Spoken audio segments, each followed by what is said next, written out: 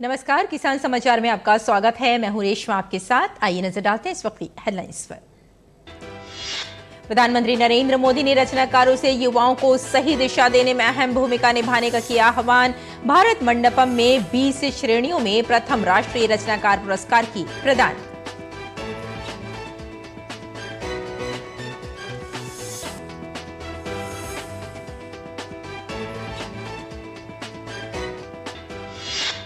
Cabinet के बड़े अंतर्राष्ट्रीय महिला दिवस की पूर्व संध्या पर महिलाओं को बड़ा तोहफा। उज्ज्वला योजना पर 300 रुपए की सब्सिडी 1 वर्ष के लिए बढ़ी। वहीं कच्चे जूट पर एमएसपी 285 रुपए प्रति क्विंटल की गई है बढ़ोतरी।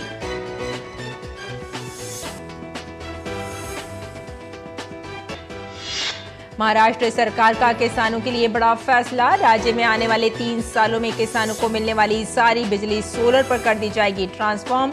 महाराष्ट्र के सोलर मॉडल को केंद्र सरकार की भी मिल रही है सराहना। मॉडल को बाकी राज्यों में भी लागू करने की है योजना।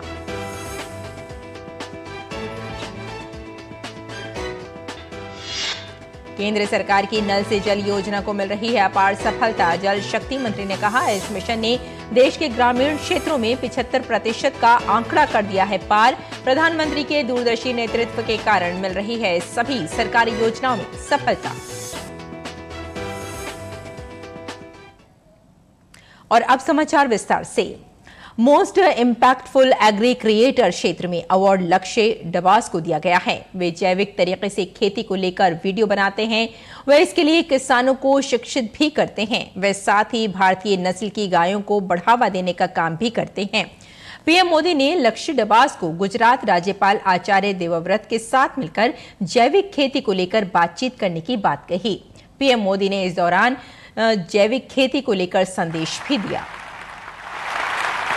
लोग लक्ष्य की मजाक उड़ाते होंगे, क्या यार तुम ये गाय पीछे पड़े हुए हो। उसके बाद भी वो उसको समर्पित है। ऑर्गेनिक फार्मिंग और नेचुरल फार्मिंग दोनों अलग है। कुछ लोग कहते हैं कि ऑर्गेनिक फार्मिंग में शुरू में इनकम का बहुत लॉस होता है, उसके कारण कोई किसान हिम्मत नहीं करता। नेचुरल फार्मिंग में लॉस नहीं होता है और धीरे धीरे प्रोडक्टिविटी बढ़ती है, क्वालिटी बढ़ती है, एकरेज बढ़ता है। मैं चाहूंगा कि आप बहुत अच्छा काम कर रहे हैं। बहुत बहुत शुभकामनाएं। नई दिल्ली में प्रधानमंत्री नरेंद्र मोदी के नेतृत्व में गुरुवार को सरकार की ओर से कैबिनेट मीटिंग में डीए में 4% की बढ़ोतरी को मंजूरी दे दी गई है। ये डीए बढ़ोतरी 1 जनवरी 2024 से लागू होगी और इसका सीधा फायदा लाखों केंद्र के मौजूदा कर्मचारियों और पेंशन धारकों को होगा। इसके अलावा सरकार ने 5 अन्य फैसलों में प्रधानमंत्री उज्ज्वला योजना पर प्रति सिलेंडर 300 रुपए की सब्सिडी को 1 वर्ष के लिए और बढ़ा दिया है। कैबिनेट के करीब 10,000 करोड़ रुपए के कोष के साथ भारत एआई कार्यक्रम को मंजूरी दे दी है। अन्य फैसलों में कच्चे जूट पर एमएसपी 285 रुपए प्रति क्विंटल की वृद्धि की गई है। पूर्वोत्तर के सभी 8 राज्यों के लिए उन्नत 2024 योजना को स्वीकृति दी है और गोवा राज्य के विधानसभा क्षेत्र में अनुसूचित जनजाति के लोगों को आरक्षण देने के लिए एक नए विधेयक को लाने की मंजूरी दी है। गुरुवार को बुलाई गई प्रधानमंत्री नरेंद्र मोदी के नेतृत्व में कैबिनेट मीटिंग में मुख्य रूप से 6 फैसलों को स्वीकृति दी गई। कैबिनेट बैठक में बड़े फैसलों के तहत केंद्र सरकार के कर्मचारियों के लिए महंगाई भत्ता बढ़ाने का फैसला लिया गया। डीए में सरकार ने 4% की बढ़ोतरी की है। इस बढ़ोतरी के बाद केंद्रीय कर्मचारियों का कुल डीए बढ़कर 50% हो गया है। सरकार की इस घोषणा से लाखों केंद्र कर्मचारियों और पेंशन भोगियों को लाभ मिलेगा। मंत्रिमंडल ने केंद्र सरकार के कर्मचारियों को जो डीएनएस अलाउंस मिलता है और जो पेंशनर्स हैं जिनको डीएनएस रिलीफ मिलता है, 1 जनवरी 24 से ये 4% की वृद्धि से देश भर में बड़े पैमाने पे हमारे पेंशनर्स को लगभग 50 लाख जो एम्प्लॉइज हैं और लगभग 68 लाख जो पेंशनर्स हैं, इन सबको इसका लाभ होगा। कैबिनेट मीटिंग में अंतर्राष्ट्रीय महिला दिवस के अवसर पर प्रधानमंत्री उज्ज्वला योजना पर 300 रुपए की सब्सिडी को 1 वर्ष के लिए और बढ़ा दिया गया है। जिसमें अब प्रत्येक परिवार को 12 सिलेंडर तक दिए जाएंगे। इससे लगभग 10 करोड़ परिवारों को लाभ मिलेगा और इसमें करीब 12,000 करोड़ रुपए का खर्च केंद्र सरकार वहन करेगी। अंतर्राष्ट्रीय महिला दिवस के उपलक्ष्य हमारी माता बहनों को तोहफे के रूप में जो 300 रुपए टारगेटेड सब्सिडी प्रधानमंत्री उज्ज्वला योजना के लाभार्थियों को दी जाती है, जिसकी अवधि 31 मार्च 2024 तक थी, उसको 1 वर्ष के लिए बढ़ा दिया जाए और अब 300 रुपए प्रति सिलेंडर हर वर्ष 12 सिलेंडर तक की सीमा तक हमारे प्रधानमंत्री उज्ज्वला योजना के लाभार्थियों को 31 मार्च 2025 तक यानी 1 साल की अवधि बढ़ाते हुए लगभग 10 करोड़ से अधिक परिवारों को ये लाभ मिलेगा। कैबिनेट ने करीब 10,000 करोड़ रुपए के कोष के साथ भारत एआई कार्यक्रम को मंजूरी दे दी है। यह एआई प्रोग्राम जीपीयू आधारित सर्वर बनाने के लिए सार्वजनिक निजी भागीदारी पर आधारित है और इसके लिए इंडिया एआई सेंटर भी बनाए जाएंगे। एआई मिशन के तहत 10,372 करोड़ रुपए की व्यय से एक बड़ा ही एम्बिशियस इंडिया एआई मिशन जो आर्टिफिशियल इंटेलिजेंस के क्षेत्र को और इसमें जो इनोवेशन जो शोध हो रहा है उसके पूरे इकोसिस्टम को और प्रोत्साहन देने के लिए 7 प्रमुख अंश पर ध्यान देते हुए एक इंडिया एआई मिशन प्रधानमंत्री नरेंद्र मोदी जी के नेतृत्व में आज के मंत्रिमंडल की बैठक में स्वीकृत किया गया है। कैबिनेट ने अपने अन्य फैसलों में कच्चे जूट पर 285 रुपए प्रति क्विंटल की वृद्धि की है, जिससे जूट की एमएसपी अब 5,335 रुपए हो जाएगी। इस वृद्धि से सबसे अधिक लाभ पश्चिम बंगाल, असम, उड़ीसा और पूर्वी इलाके के क्षेत्र के जूट किसानों को होगा। इसके अलावा सरकार ने पूर्वोत्तर के सभी 8 राज्यों के लिए उन्नत 2024 योजना को स्वीकृति दे दी है। इसके लिए 10,000 करोड़ रुपए से अधिक इंडस्ट्री को प्रोत्साहन के रूप में केंद्र सरकार देगी। साथ ही कैबिनेट ने गोवा राज्य के विधानसभा क्षेत्र में अनुसूचित जनजाति के लोगों को आरक्षण देने के लिए एक नए विधेयक को लाने की मंजूरी दी है। Rishi Kumar, DD news, Delhi. और केंद्रीय मंत्री अर्जुन मुंडा ने कहा कि विकासशील देश में हम सबको हमेशा प्रयास करना चाहिए कि समाधान का रास्ता हम सब बैठकर कैसे निकाल सकते हैं और आगे कैसे बढ़ सकते हैं। उन्होंने कहा कि पीएम मोदी हमेशा किसानों के मुद्दों के बारे में सोचते हैं और उन्हें हल करने का प्रयास करते हैं। इसी दिशा में सरकार ने जूट किसानों के लिए एमएसपी तय किया, जिससे उन्हें लाभ होने वाला है। केंद्र सरकार व्यवहारिक दृष्टिकोण के साथ काम करती है। प्रगतिशील राष्ट्र में हम सबको हमेशा ये प्रयत्न करना चाहिए कि समाधान का रास्ता हम बैठकर कैसे निकाल सकते हैं और फिर आगे बढ़ सकते हैं। तो समस्याएं स्वाभाविक रूप से जब भी उभरती है तो उसको सही समय पर चर्चा करके उसका निष्कर्ष निकाला जाना चाहिए। माननीय प्रधानमंत्री जी हमेशा इस देश के किसानों की चिंता की है और किसानों के लिए क्या बेहतर से बेहतर हो सकता है उसको लगातार सोचते रहते हैं।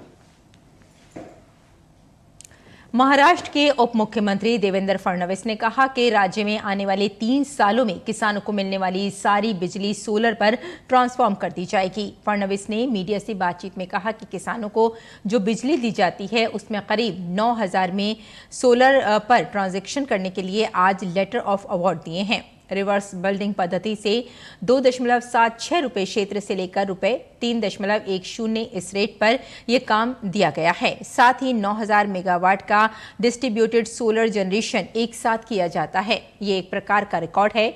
फडणवीस ने कहा कि महाराष्ट्र का ये सोलर मॉडल है, इसको केंद्र सरकार ने काफी सराहा है।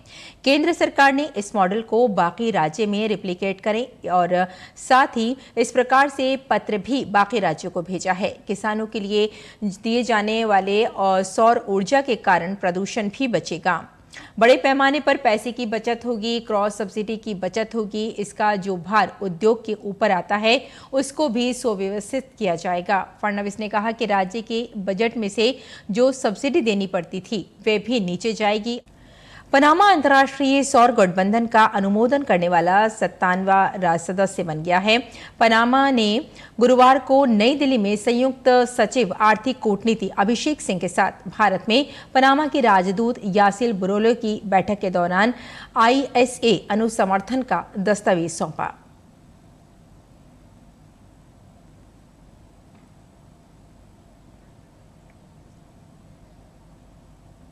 केंद्र सरकार हर घर तक शुद्ध जल पहुंचाने के लिए लगातार प्रयास कर रही है। इस मिशन की सफलता पर बात करते हुए जल शक्ति मंत्री ने कहा कि सभी घरों में नल से जल कनेक्शन उपलब्ध कराना बड़ी उपलब्धि है। इस मिशन ने हर घर जल की दिशा में देश के ग्रामीण क्षेत्रों में 75% का आंकड़ा पार कर लिया है। जल शक्ति मंत्री ने हर घर में नल से जल उपलब्ध कराने के प्रधानमंत्री नरेंद्र मोदी के दृष्टिकोण को साकार करने की दिशा में अथक प्रयास के लिए सभी राज्यों और टीम जल जीवन मिशन को बधाई भी दी है। आगे बढ़ते हैं। फाइलेरिया या हाथी पांव नामक बीमारी को जड़ से उखाड़ फेंकने के लिए भारत सरकार ने कमर कस रखी है। पूर्वी उत्तर प्रदेश के कई जिलों में फैली इस बीमारी से मुक्ति के लिए फाइलेरिया रोधी दवा खिलाई जा रही है। साथ ही लोगों को जागरूक भी किया जा रहा है। स्वास्थ्य के क्षेत्र में काम करने वाले कई संस्थान इस काम में अपना सहयोग दे रहे हैं।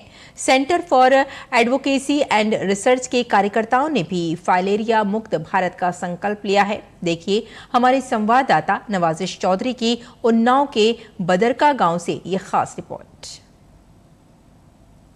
हम अभी उत्तर प्रदेश के उन्नाव के बदरका गांव में हैं, जहां बहुत सारे लोग ऐसे हैं जो फाइलेरिया या हाथी पांव बीमारी से प्रभावित हैं।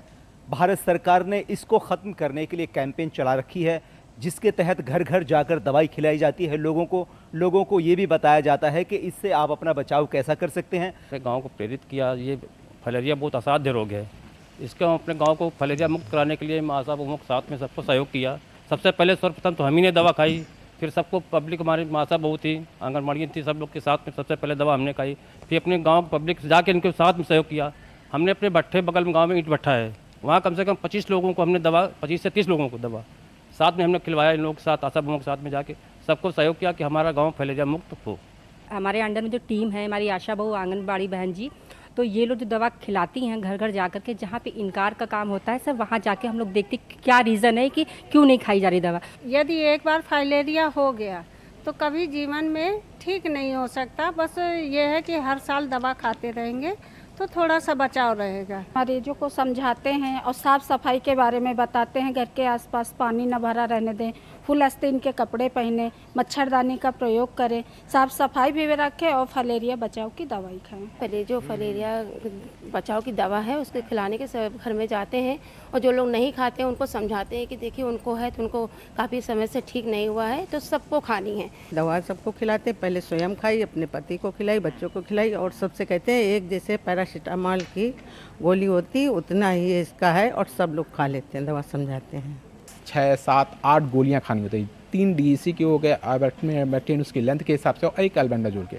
सरकार की योजना है इसको जड़ से उखाड़ फेंकने का उनका कार्यक्रम चल रहा है। जैसे आपने सुना, उन्नाव के इस बदरका गांव में बहुत सारे पेशेंट्स भी हैं और बहुत सारे केसेस इस तरह के हैं जो लोग दवा खाने से मना कर देते हैं, लेकिन यहाँ की टीम बहुत मेहनत कर रही है और लोगों को दवा खाने के लिए राज़ी कर रही है, उन्हें मना रही है और लोग दवा खा रहे हैं। और इन लोगों ने एक अभियान छेड़ दिया है और एक संकल्प तय कर लिया है कि हमें अपने गाँव को, अपने एरिया को फाइलेरिया फ्री बनाना है। कैमरामैन आशुतोष के साथ नवाजिश चौधरी, DD न्यूज़, उन्नाव। भारत की हालिया घरेलू व्यय सर्वेक्षण रिपोर्ट देश के उपभोक्ताओं के व्यवहार में आए एक आशाजनक बदलाव की ओर इशारा कर रही है। MK की रिपोर्ट के मुताबिक खाद्य पदार्थों पर खर्च में बड़ी कमी आई है। इसका अर्थ यह है कि अन्य खर्चों के लिए उपलब्ध डिस्पोजेबल आय में वृद्धि हुई है। ग्रामीण क्षेत्रों में भी भोजन पर व्यय के अनुपात में गिरावट आई है, जो हाल के वर्षों में पहली बार 50% से नीचे आ गई है। ये गिरावट ग्रामीण और शहरी खर्च के बीच कम होते अंतर के साथ ग्रामीण भारत में आर्थिक स्थिति में सुधार को दर्शाती है। कोविड महामारी के दौरान सटीक उपायों और नोटबंदी के बाद के सरकारी समर्थन ने इस स्थिति को सुविधाजनक बनाने में महत्वपूर्ण भूमिका निभाई है। कड़े लॉकडाउन और आर्थिक उथल-पुथल का सामना करने के बावजूद ग्रामीण समुदाय सरकारी नीतियों और पहलों से खुश हैं और इसके भरपूर लाभ से ग्रामीण और शहरी क्षेत्रों के बीच का आर्थिक अंतर भी कम हुआ है। ये आंकड़े न केवल निरंतर आर्थिक सुधार दर्शाते हैं बल्कि भारत में विकास के लिए एक सकारात्मक पथ की उम्मीद भी प्रदान करते हैं। सुप्रीम कोर्ट ने एक विशेषज्ञ समिति का गठन किया है जो ये देखेगी कि क्या देश में राष्ट्रीय उद्यानों के बफर जोन या इससे बिल्कुल सटे इलाके में टाइगर सफारी बनाने की अनुमति दी जा सकती है। समिति की सिफारिश पहले से मौजूद सफारी पर भी लागू होंगी। जिम कॉर्बेट पार्क में सफारी बनाए जाने की प्रस्तावित योजना को चुनौती देने वाली याचिका पर फैसला देते हुए सुप्रीम कोर्ट ने ये समिति गठित की है। सुप्रीम कोर्ट ने जिम कॉर्बेट पार्क में सफारी बनाने की अनुमति दे दी है, लेकिन साफ किया है कि समिति की सिफारिश इस पर भी लागू होगी। कोर्ट ने कॉर्बेट टाइगर रिजर्व में अवैध निर्माण और पेड़ों की कटाई की मंजूरी देने के लिए उत्तराखंड के पूर्व वन मंत्री हरक सिंह रावत और पूर्व IFS अधिकारी किशन चंद को फटकार लगाई है। सुप्रीम कोर्ट ने आज अपने एक ऐतिहासिक फैसले में डायरेक्शन दिया है कि जो भी कॉर्बेट में इलीगैलिटीज थी, जो भी कॉर्बेट में करप्शन था, वो पॉलिटिशियंस और ब्यूरोक्रेट्स की सांठगांठ के चलते हुआ। उसमें बहुत सारे लोगों को फायदा पहुंचा और वो इलीगल फायदा था। इसी चक्कर में सुप्रीम कोर्ट ने, इसी कारणवश सुप्रीम कोर्ट ने अब डायरेक्शन दिया है कि जो सीबीआई केस चल रहा है उसकी मॉनिटरिंग होगी और सुप्रीम कोर्ट ने सीबीआई को डायरेक्ट कराया कि आप एक तय वक्त के अंदर अंदर हमें अपनी इंटरिम रिपोर्ट सबमिट करेंगे और ये बताएंगे कि आपने क्या क्या इन्वेस्टिगेशन करी। और मोदी सरकार में बीते 10 सालों में देश की डिजिटल ग्रोथ काफी ज्यादा हुई है। डिजिटल अभियान के चलते देश के गांव भी डिजिटल भारत का हिस्सा बनने लगे हैं। इसके चलते स्वास्थ्य, शिक्षा और न्यायिक सेवा से जुड़े सरकार के कामकाज डिजिटल रूप से होने लगे हैं। वहीं जनता ने भी डिजिटल इंडिया अभियान का साथ दिया है और डिजिटल ट्रांजैक्शन में विश्वास जताया है।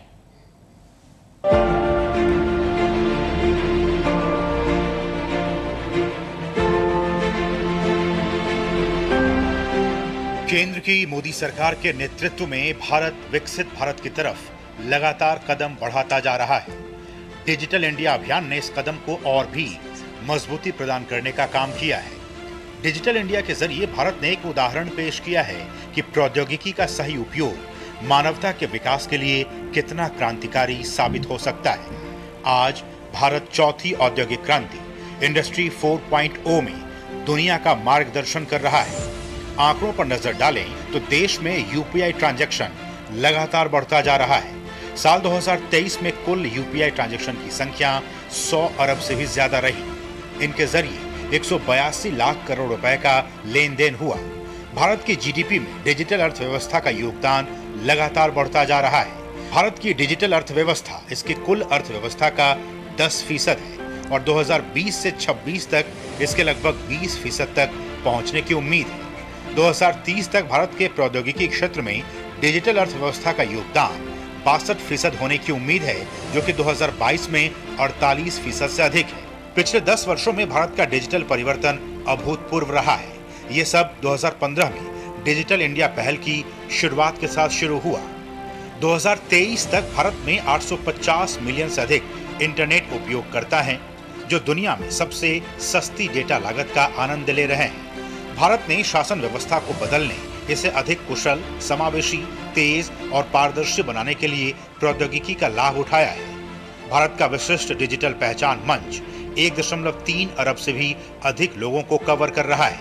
भारत वित्तीय समावेशन में क्रांति लाने के लिए जैम त्रिमूर्ति यानी जनधन, बैंक खाते, आधार और मोबाइल की शक्ति का उपयोग किया है। सरकारी सहायता के प्रत्यक्ष लाभ हस्तांतरण से लीकेज बंद हुआ है और इससे अगस्त 2023 तक $33 बिलियन की बचत हुई है।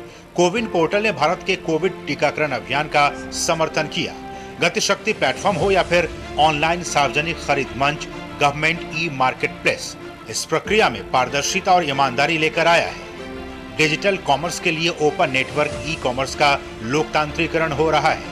पूरी तरह से डिजिटलीकृत कराधान प्रणालियां पारदर्शिता और ई गवर्नेंस को बढ़ावा दे रही हैं। तो कुल मिलाकर कहा जा सकता है कि डिजिटल इंडिया अभियान ने भारत को डिजिटल रूप से सशक्त समाज और ज्ञान अर्थव्यवस्था के रूप में बदलने में एक अहम भूमिका निभाया है।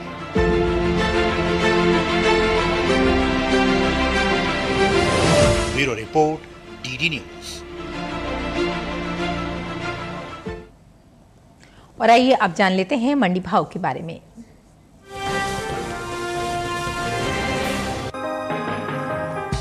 ज्यादातर कृषि उपज मंडियों में सरसों के कारोबार में सुस्ती का रुख रहा, जबकि कुछ मंडियों में इस दौरान सरसों के भाव में कोई बदलाव देखने को नहीं मिला। एग मार्केट के मुताबिक राजस्थान के उदयपुर मंडी में कमजोरी के साथ कारोबार हुआ। यहां 6 मार्च को सरसों 5,400 रुपए क्विंटल पर बिकी थी, जो 7 मार्च को 400 रुपए गिरकर भाव 5,000 रुपए क्विंटल रह गया। राजस्थान के लालसोट मंडी में भी नरमी के साथ सौदे हुए। यहां 6 मार्च को सरसों का भाव 5,071 रुपए था। 7 मार्च को इसमें 31 रुपए की कमजोरी आई और भाव 5,040 रुपए क्विंटल रह गया। उत्तर प्रदेश की हाथरस मंडी में 20 रुपए की सुस्ती देखी गई। यहां 6 मार्च को सरसों का भाव 4,770 रुपए था, जो 7 मार्च को 4,750 रुपए क्विंटल रह गया। उत्तर प्रदेश की लखनऊ मंडी में बीते 2 दिन यानी 6 और 7 मार्च को सरसों का भाव 5,460 रुपए क्विंटल पर बना रहा। कृषि मंत्रालय की ओर से जारी दूसरे अग्रिम अनुमान के मुताबिक 2023-24 के दौरान 126,96,000 टन सरसों पैदा हो सकती है, जबकि पिछले सीजन की पैदावार 126,43,000 टन थी। कृषि मंत्रालय की ओर से जारी दूसरे अग्रिम अनुमान के मुताबिक 2023-24 के दौरान कुल तिलहन की उपज 365,99,000 टन हो सकती है, जो पिछले साल की तुलना में 47,56,000 टन कम है। आपको बता दें कि बीते साल तिलहनी फसलों की उपज 413,55,000 टन रही थी।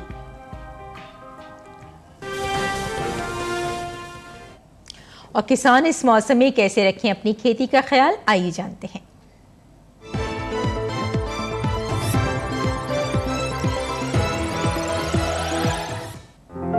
कर्नाटक में उड़द की बुवाई करें, किसान अरहर की कटाई कर लें।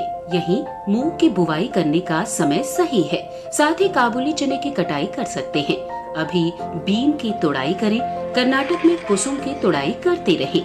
वही किसान गन्ने की कटाई कर लें। इस समय बैंगन में कीट लगने की आशंका बनी हुई है। ऐसे में बैंगन में कीटों से बचाव के लिए कृषि विशेषज्ञों की सलाह से कीटनाशक छिड़के। यहाँ टमाटर में कीटों से बचाव के लिए कृषि विशेषज्ञों की सलाह से कीटनाशक का छिड़काव कर सकते हैं। कर्नाटक में मूंगफली के खेत में सिंचाई करते रहें। इसके अलावा गेहूं की फसल तैयार हो चुकी है, किसान गेहूं की कटाई कर लें। केरल में धान की खेती के लिए खेत तैयार कर लें। धान के खेत में जरूरी उर्वरक का इस्तेमाल कर सकते हैं। वहाँ तिल की खेती के लिए खेत तैयार करें। किसान लोबिया की खेती के लिए खेत तैयार कर लें। इस समय नारियल के खेत में सिंचाई कर सकते हैं। नारियल के खेत में पर्याप्त नमी बनाए रखें। केरल में केले के खेत में सिंचाई करते रहें। केले की रोपाई करने का समय उपयुक्त है। अभी काली मिर्च में कीट लगने की संभावना है। ऐसे में काली मिर्च में कीटों से बचाव के लिए कृषि विशेषज्ञों की सलाह से कीटनाशक का प्रयोग कर ले। केरल में अदरक की बुवाई कर सकते हैं। यहाँ के किसान हल्दी की बुवाई करते रहें।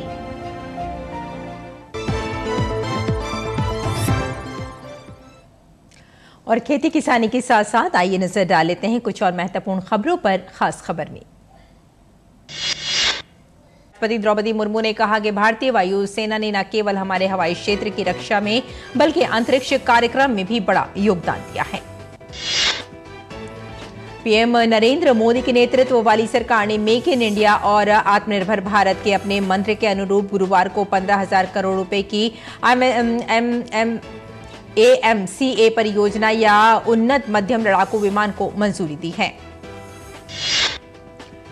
राष्ट्रीय पिछड़ा वर्ग आयोग ने पश्चिम बंगाल के मुख्य सचिव को 15 मार्च को पेश होने और गवाही देने को कहा है। इससे पहले भी आयोग के समक्ष उपस्थित होने को लेकर पश्चिम बंगाल सरकार के मुख्य सचिव को NCBC 5 बार नोटिस दे चुकी है, लेकिन एक भी बार वे आयोग के सामने उपस्थित नहीं हुए।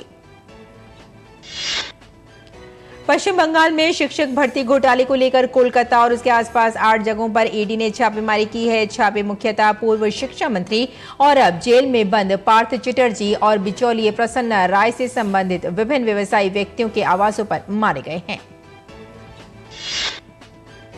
भारतीय वायुसेना की विमान C-295 ने आज अपनी हवाई अड्डे पर अपनी पहली लैंडिंग की। ऐसा एक प्रशिक्षण मिशन के दौरान किया गया। अंदरूनी इलाकों से उड़ान भरने के बाद अब सुदूर जगहों पर उतारने का फैसला लिया गया।